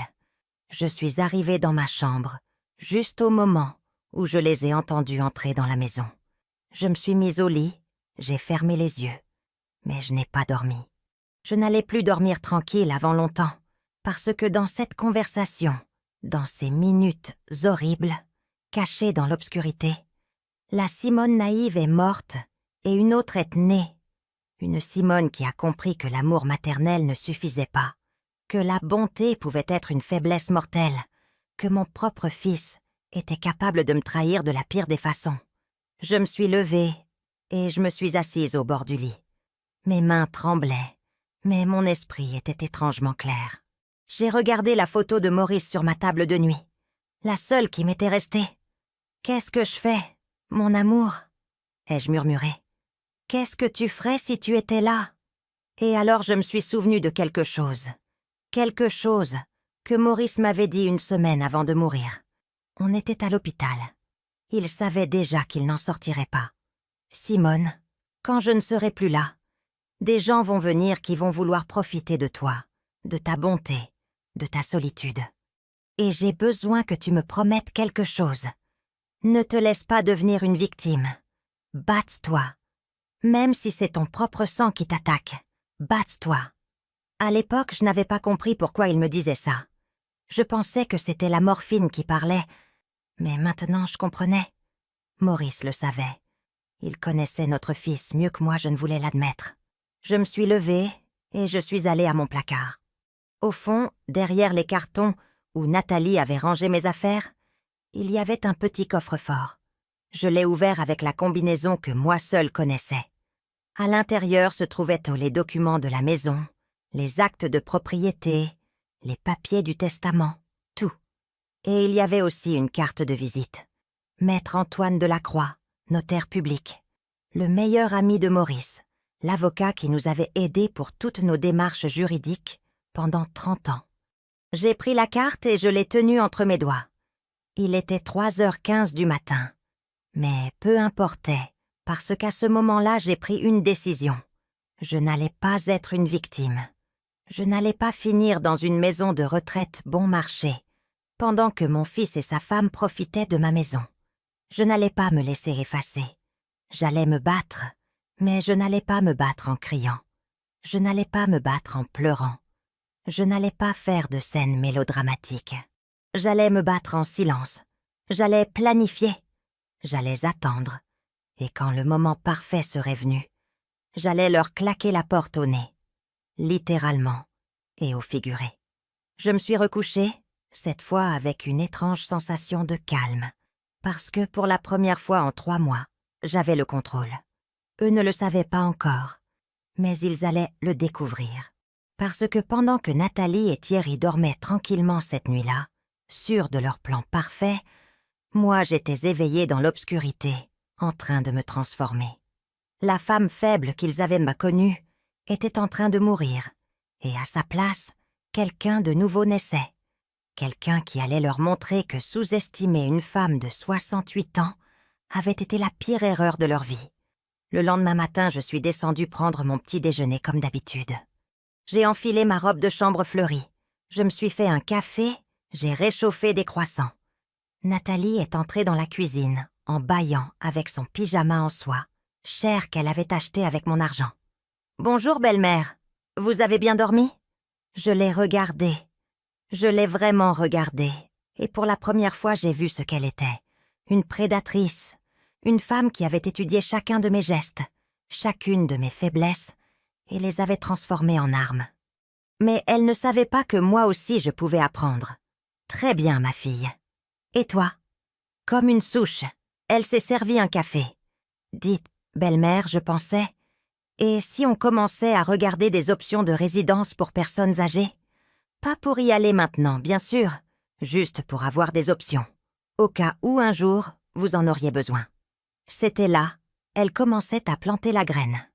2 jours plus tôt, j'aurais paniqué, j'aurais demandé pourquoi, j'aurais pleuré. Mais la Simone d'hier est morte dans l'obscurité à 2h37. Tu sais quoi, Nathalie? Tu as raison. À mon âge, on ne sait jamais. Ce serait bien d'être préparé. Son visage s'est illuminé de surprise et de satisfaction. Vraiment? Quelle bonne attitude, belle-mère. La plupart des personnes de votre âge résistent à ces sujets. Eh bien, moi, je ne suis pas la plupart. J'ai souri. Un petit sourire. Il faut être pratique. Quand Nathalie est montée se doucher, j'ai sorti mon téléphone et j'ai composé le numéro de la carte. Cabinet de Maître Delacroix. Bonjour, ici Simone Moreau, veuve Renaud. J'ai besoin de prendre un rendez-vous urgent avec Maître Delacroix. Mais que ce soit à son cabinet, pas chez moi. Et si possible, que ce soit aujourd'hui. Un instant, madame. Pause. Maître Delacroix peut vous recevoir à 16h. Parfait, j'y serai. J'ai raccroché juste au moment où Thierry entrait dans la cuisine. Bonjour, maman. Tu parlais? À qui? Avec le médecin. On m'a rappelé que j'ai rendez-vous pour mes examens de routine. J'ai menti avec un tel naturel que je me suis surprise moi-même. Ah, très bien. Tu veux que je t'accompagne? Non, mon fils. Je sais que tu dois travailler. Je peux y aller seule. À 15h, je suis sortie de la maison. J'ai pris un taxi jusqu'au cabinet de Maître Delacroix, dans le 8e arrondissement. La secrétaire m'a fait entrer immédiatement. Maître Delacroix s'est levé de son bureau en me voyant. Il avait 70 ans, les cheveux complètement blancs, et ses yeux qui en avaient été vus de toutes les couleurs. Madame Simone. Il m'a donné une accolade sincère. Ça fait longtemps. Maurice serait content de savoir que vous êtes enfin venu me voir. Enfin, il m'a indiqué une chaise et s'est assis face à moi. Maurice m'a demandé de veiller sur vous quand il ne serait plus là. Il m'a fait promettre que si jamais vous aviez besoin d'aide juridique, je serais là. Cela fait 5 ans et c'est la première fois que vous m'appelez. Il a marqué une pause. Alors dites-moi, qu'est-ce qui se passe? Et je lui ai tout raconté, absolument tout. Les changements dans la maison, le service vendu, les 120 000 € de la fausse opération et finalement la conversation que j'avais entendue dans le jardin. Maître Delacroix prenait des notes. Son visage n'exprimait pas de surprise, seulement une tristesse professionnelle. Avez-vous des preuves de cette conversation? Non, je ne l'ai pas enregistrée, mais je sais ce que j'ai entendu. Je comprends. Il a posé son stylo. Madame Simone, ce que votre fils et votre belle-fille préparent porte un nom. Spoliation patrimoniale aggravée. C'est un délit, mais on a besoin de preuves concrètes. Comment je peux obtenir ces preuves? Il s'est calé dans son fauteuil. Il vous faut un enregistrement, une conversation, où leurs plans soient clairement exposés. Et il faut tout documenter, les objets qu'ils ont vendus sans votre autorisation, l'argent qu'ils vous ont soutiré par la ruse, tout. J'ai les relevés bancaires des 121 000 € et des photos du service avant qu'ils ne le vendent. Excellent, c'est un début. Maintenant, concernant la maison. Il a sorti un dossier et a commencé à m'expliquer les options juridiques, fidéicommis, testament de vie, acte de propriété, avec verrou juridique. Ce que je vous recommande, c'est de créer un fidéicommis irrévocable. La maison reste à votre nom, sous protection juridique. Vous pouvez y vivre aussi longtemps que vous le souhaitez, et vous pouvez désigner des bénéficiaires qui ne recevront le bien que sous certaines conditions spécifiques que vous établissez. Comme quelles conditions? Comme le fait que les bénéficiaires ne peuvent recevoir la maison qu'à un certain âge, ou qu'ils ne peuvent jamais la vendre, ou que si vous êtes placé en maison de retraite sans votre consentement, le fidéicommis est annulé et la maison revient à quelqu'un d'autre. Une étincelle d'espoir s'est allumée dans ma poitrine. Et mon fils ne pourrait rien faire? Absolument rien. Une fois le fidéicommis établi, même un juge ne peut pas le modifier sans votre consentement explicite. Combien de temps ça prend? Si vous m'autorisez, je peux avoir les documents prêts dans une semaine. Mais il faudra m'apporter les actes de propriété originaux. Je les ai chez moi, dans un coffre-fort. Parfait. Et encore une chose, Madame Simone. Il s'est penché en avant.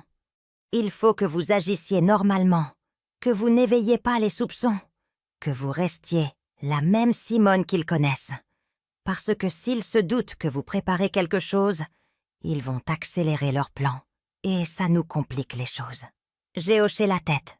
J'en suis capable. Je sais que vous l'êtes. Maurice m'a toujours dit que vous étiez bien plus forte que vous n'en aviez l'air. Simplement, vous n'aviez jamais eu à le démontrer. Je suis sortie du cabinet avec une chemise pleine de documents, et pour la première fois depuis des mois, avec quelque chose que j'avais oublié qui existait. De l'espoir. Mais je suis aussi sortie avec une mission. Il me fallait cet enregistrement. Ce soir-là, pendant le dîner, j'ai agi parfaitement normalement. J'ai souri. J'ai servi le repas. J'ai demandé des nouvelles de la journée de chacun. Nathalie m'a regardée avec approbation. « Vous avez l'air contente aujourd'hui, belle-mère. Il s'est passé quelque chose de bien? Juste que le médecin a dit que je suis en très bonne santé pour mon âge. J'ai encore des années devant moi. J'ai vu comme son sourire s'est figé une fraction de seconde. Des années devant soi n'entraient pas dans ses plans. Tant mieux, belle-mère, tant mieux. Le lendemain, je suis allée voir Colette, ma voisine. Colette, j'ai besoin de ton aide. Ce que tu veux, Simone. De quoi as-tu besoin? J'ai besoin d'apprendre à utiliser un de ces petits enregistreurs qu'on peut cacher. Colette n'a pas posé de questions. Elle me connaissait depuis 30 ans. Elle savait que si je demandais une chose pareille, c'était pour une bonne raison. Mon petit-fils m'en a offert un l'année dernière parce que j'ai peur d'oublier des choses. Je ne l'ai jamais utilisé. Il est à toi. Elle m'a appris à m'en servir. Il était de la taille d'une clé USB. On pouvait le cacher n'importe où. Et il enregistrait avec une clarté impressionnante. Merci, mon ami. Tu as des ennuis? J'avais des ennuis. Maintenant, je trouve des solutions. Pendant la semaine suivante, je suis retournée 3 fois au cabinet de Maître Delacroix. J'ai apporté les actes de propriété, j'ai signé des documents, j'ai établi le fidéicommis. Et chaque soir, je laissais l'enregistreur allumé à différents endroits de la maison, dans le salon, dans la salle à manger, dans le jardin, j'ai enregistré des conversations de Thierry et Nathalie parlant d'accélérer le processus, de mettre plus la pression sur la vieille, de combien de temps encore ils allaient devoir supporter de vivre là. Et finalement, une nuit, j'ai enregistré de l'or pur. Ils étaient dans leur chambre. Ils pensaient que je dormais déjà. L'enregistreur était caché derrière un pot de fleurs dans le couloir, juste devant leur porte. Nathalie a dit d'une voix claire et audible « C'est presque fait, mon amour. Dans quelques mois, on la convainc de mettre la maison à ton nom. Cette vieille est seule. Elle a besoin de nous. Ensuite, on peut la mettre dans une maison de retraite bon marché et vendre cette propriété. Elle vaut facilement 4 millions d'euros. Ça nous suffit pour l'appartement dans le Marais qu'on veut. » Et Thierry a répondu « Tu as raison. Ma mère a assez vécu. Nous méritons cette maison. » C'était quasiment identique à la conversation que j'avais entendue des semaines plus tôt. Mais cette fois, je l'avais enregistrée avec la date, l'heure, leur voix reconnaissable entre mille. Le lendemain, j'ai apporté l'enregistrement à Maître Delacroix. Il l'a écouté en entier 2 fois, puis il a hoché la tête. C'est suffisant, plus que suffisant. Et maintenant, on attend. Votre fidéicommis est prêt.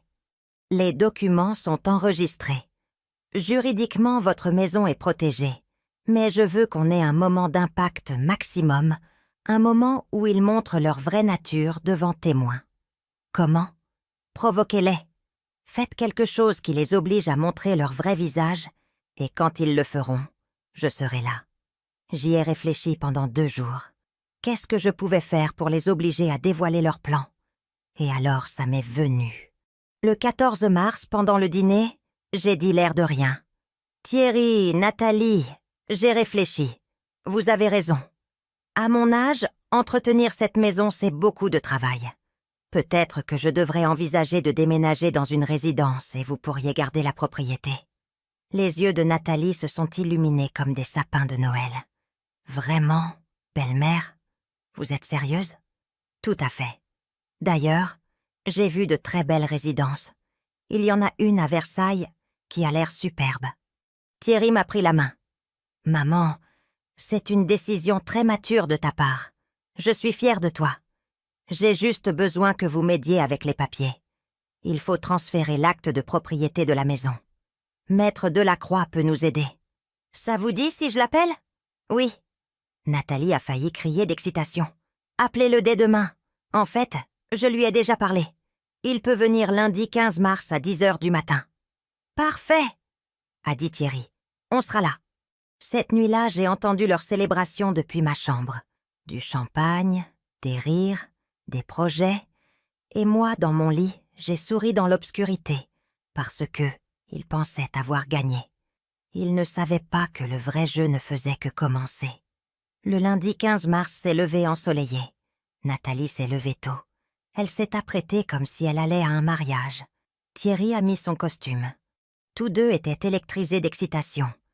Mais ce qu'ils ne savaient pas, c'est que j'avais fait changer les serrures dans la nuit du dimanche et que Maître Delacroix ne venait pas leur transférer la maison. Il venait leur montrer qu'il s'était attaqué à la mauvaise personne. Le dimanche 14 mars au soir, après que tout le monde se soit endormi, j'ai fait quelque chose que je n'aurais jamais pensé faire. J'ai appelé un serrurier d'urgence. « Vous pouvez venir maintenant ?» ai-je demandé à voix basse depuis ma chambre. « Madame, il est 23h. Je vous paie le triple, mais il faut que ce soit maintenant, et il faut que ce soit discret. » Il est arrivé à 23h30. Un homme d'une 40aine d'années avec sa boîte à outils. Je lui ai expliqué la situation dans un murmure. « J'ai besoin que vous changiez toutes les serrures de la maison, la porte d'entrée, la porte de derrière, celle du garage, toutes. Votre famille n'a pas les clés. C'est précisément pour ça que je les change. » Il m'a regardé avec ses yeux qui en avaient fatwa vu de toutes les couleurs, et il a hoché la tête. « Je comprends, madame. Ce n'est pas la première fois qu'on m'appelle pour ça. Il a travaillé pendant 2 heures. Le bruit de ses outils était minime, mais chaque son me faisait battre le cœur à tout rompre. J'avais peur que Thierry ou Nathalie se réveillent, mais non. À 1h30 du matin, le serrurier a terminé. Il m'a remis 4 jeux de clés neuves. Voilà, madame. Ce sont les seules clés qui existent. Les anciennes ne marchent plus. Je l'ai payé 450 € en liquide, de l'argent que j'avais retiré à la banque pendant la semaine, sans que personne le sache. Merci. Et s'il vous plaît, si quelqu'un vous pose des questions, je n'étais pas là. Il m'a fait un clin d'œil. Prenez soin de vous, madame. Et quoi que vous prépariez, je vous souhaite bonne chance. Quand il est parti, je me suis assise dans le salon dans le noir. Ma maison avec des serrures neuves que moi seule pouvais ouvrir. C'était un symbole, un acte de résistance. J'ai appelé Maître Delacroix. C'est fait. Parfait. J'arriverai demain, à 6h30 du matin, avant qu'il ne se réveille. Vous m'ouvrez par la porte de derrière comme convenu, et je reste à l'intérieur jusqu'au moment voulu. Et si ça tourne mal, ça ne va pas mal tourner, Madame Simone. Faites-moi confiance, et faites-vous confiance. Demain, vous reprenez votre vie. Cette nuit-là, j'ai dormi 3 heures, mais pas par peur, par anticipation. Le lundi s'est levé. Thierry et Nathalie se sont levés tôt, surexcités. Nathalie a enfilé une robe bordeaux, des talons, un maquillage parfait. On aurait dit qu'elle allait signer un contrat à 1 million d'euros, ce qui dans son esprit était le cas. « Bonjour, belle »